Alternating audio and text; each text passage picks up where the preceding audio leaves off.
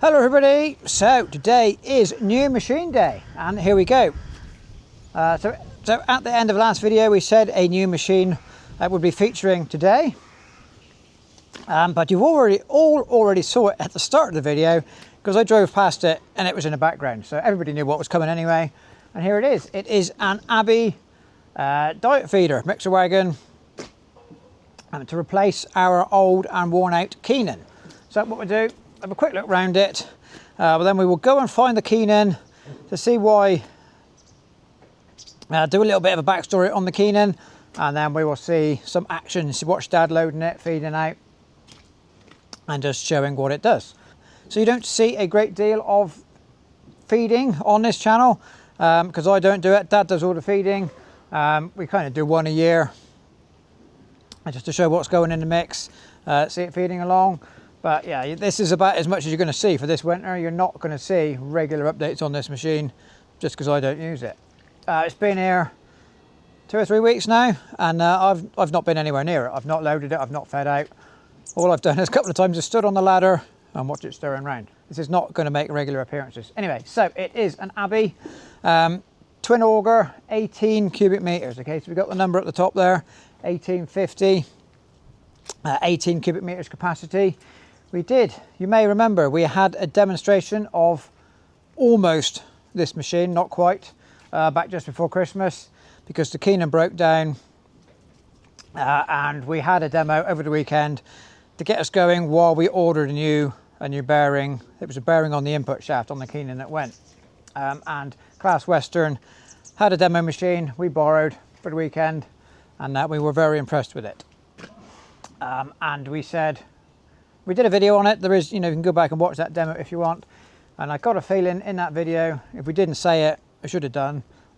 We were looking to change the mixer because the Keenan is worn out, and one of these was in the running.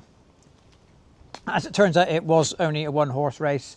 We didn't get any prices for anything else. After the demonstration, we like the Abbey thing. We like the Abbey machine, the way it was built, how it operates, and the dealer backup. So that's what we went for. The major differences between this machine and the demonstration one was the demo machine had a feeding conveyor across the front. Okay, so the door on the front of the tub opens, drops it onto the conveyor, and you can feed out either side. Right at the start, or even during that demonstration, we decided we don't need that conveyor belt. All we need is a simple door on the side with a flap, because we don't feed out. The vast majority of our feeding out is done straight onto the floor, okay, behind the feed rail in the cubicle house. So we don't need that elevator feeding along the side. What we didn't realise at the time, the elevator on the front is a very, very expensive option. Around about £9,000 for that hydraulic driven elevator, which we just don't need. All we need to do is drop it on the floor. So yes, we don't have, and the benefit of not having that elevator, you get a much shorter drawbar, which makes the machine more manoeuvrable, which is quite important down at the far end of the cubicle house where Dad turns around.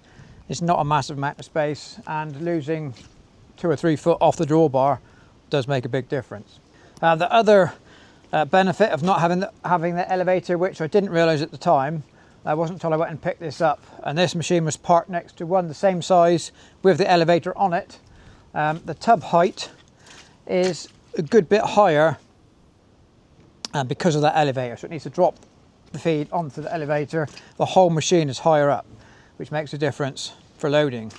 2 benefits of not having the elevator, which we don't even need anyway. Okay, so all the feeding out is done this side. This flap is on a hydraulic ram, so it just folds down to where you want it. And it well puts it past the line of the wheel. Just drops it onto the floor. So you put your feed flap down, open the door and feed out. There is also a feed out door on the other side, on the left hand side, but we've never even plugged that in. We don't need to use that. It's there if we need it, but we don't have any plans to use that side. It's just easier as you turn around looking back to feed out the far side. And it's just what's easy to do, isn't it? Just easy to turn around. So like I said, the machine has been here a few weeks now.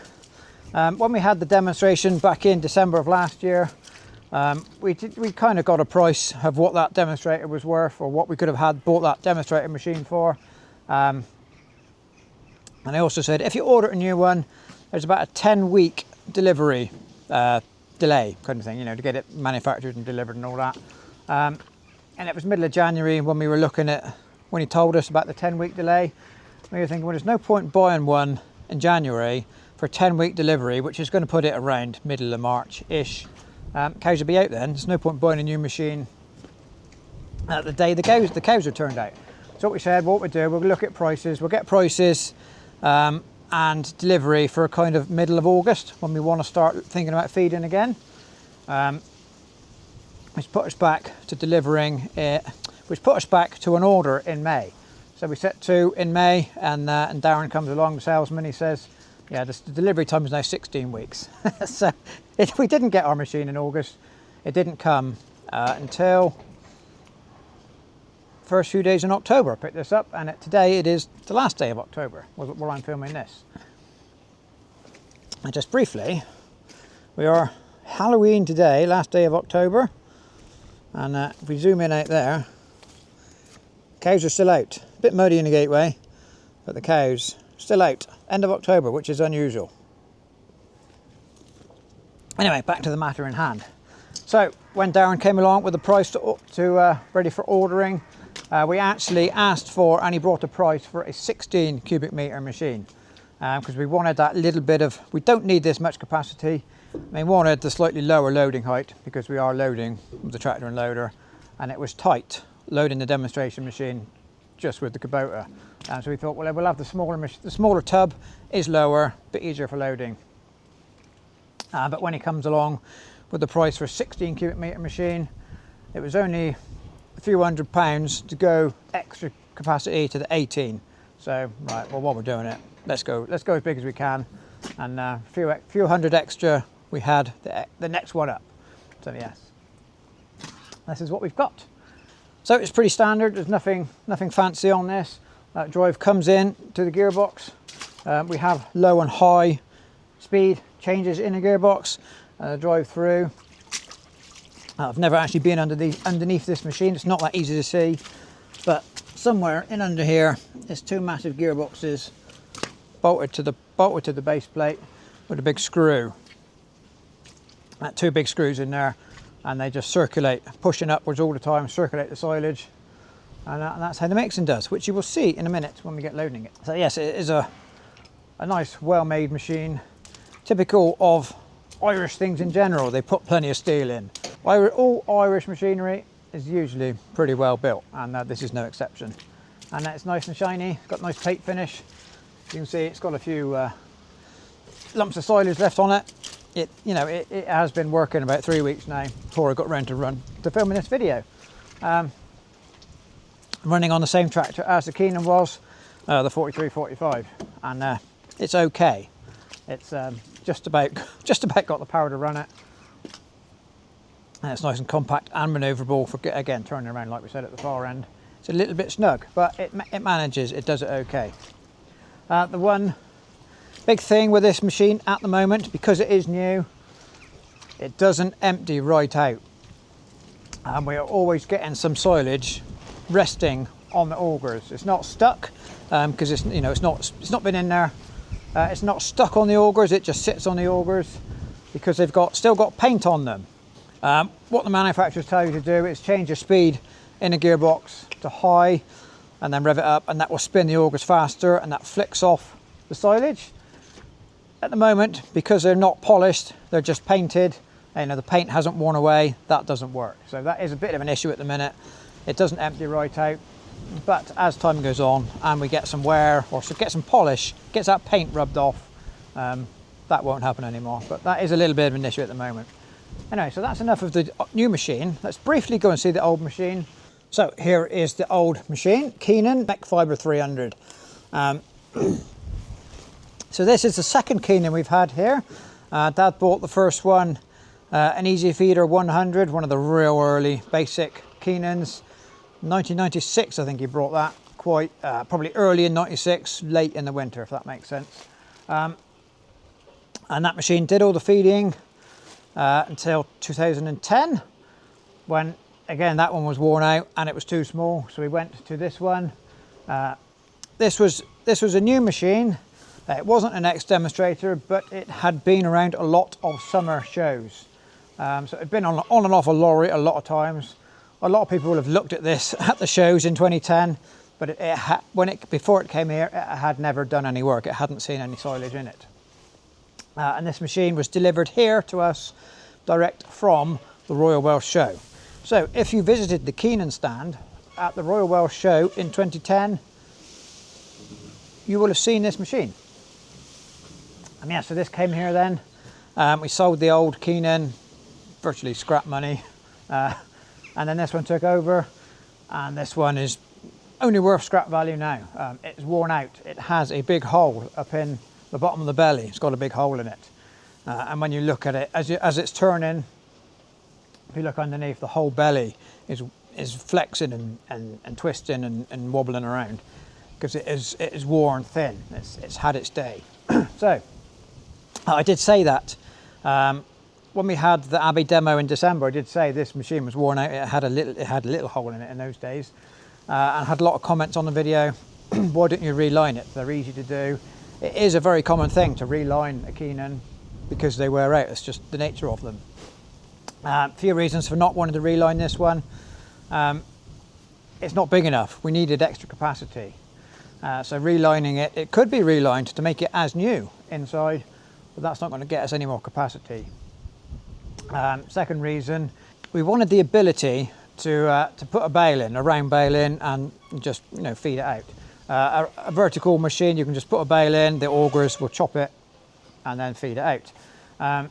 And that was our plan for this winter. We were hoping to have a reasonable amount of bales to be feeding out. The summer didn't provide any bales for us, so that's not going to happen this winter. But you cannot put a bale in a Keenan unless you've got an optional extra on the top, which we don't have, we didn't need. So yeah, a couple of reasons for not wanting to reline or refurbish this one. Yeah, just to answer a few questions really that we had on the last video, that we had in the video back in December.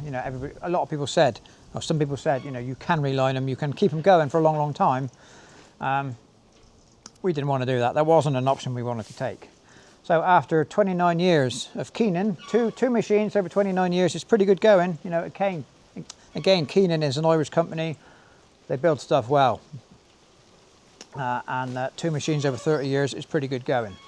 But now we have gone on to the Abbey, and hopefully the Abbey will still be here in 15 years' time. We will see. I don't see why not. The salesmen tell us it will. Anyway, right, let's go and see the new machine doing some work.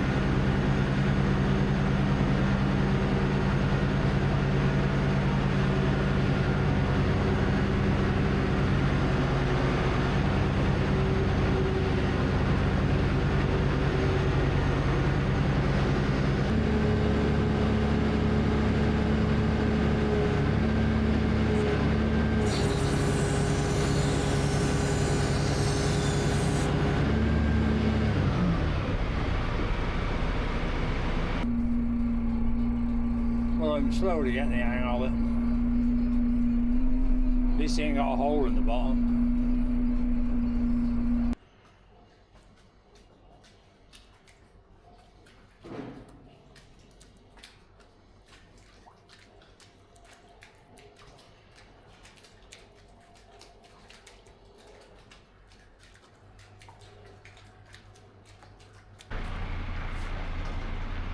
So here we go, tucking in.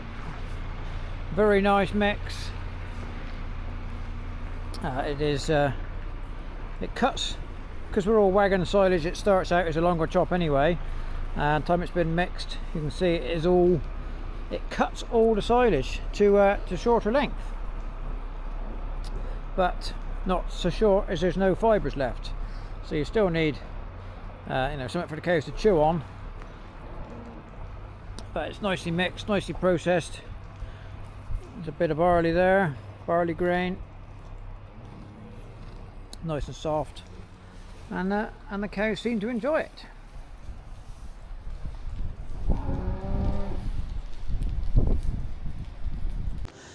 Right, so there we go, you have seen it loading, you have seen it unloading. It's just about to start raining again, so I would say thank you very much for watching. I hope you've enjoyed this little introduction to our new machine. So I'll say thank you very much for watching, and we'll see you next time.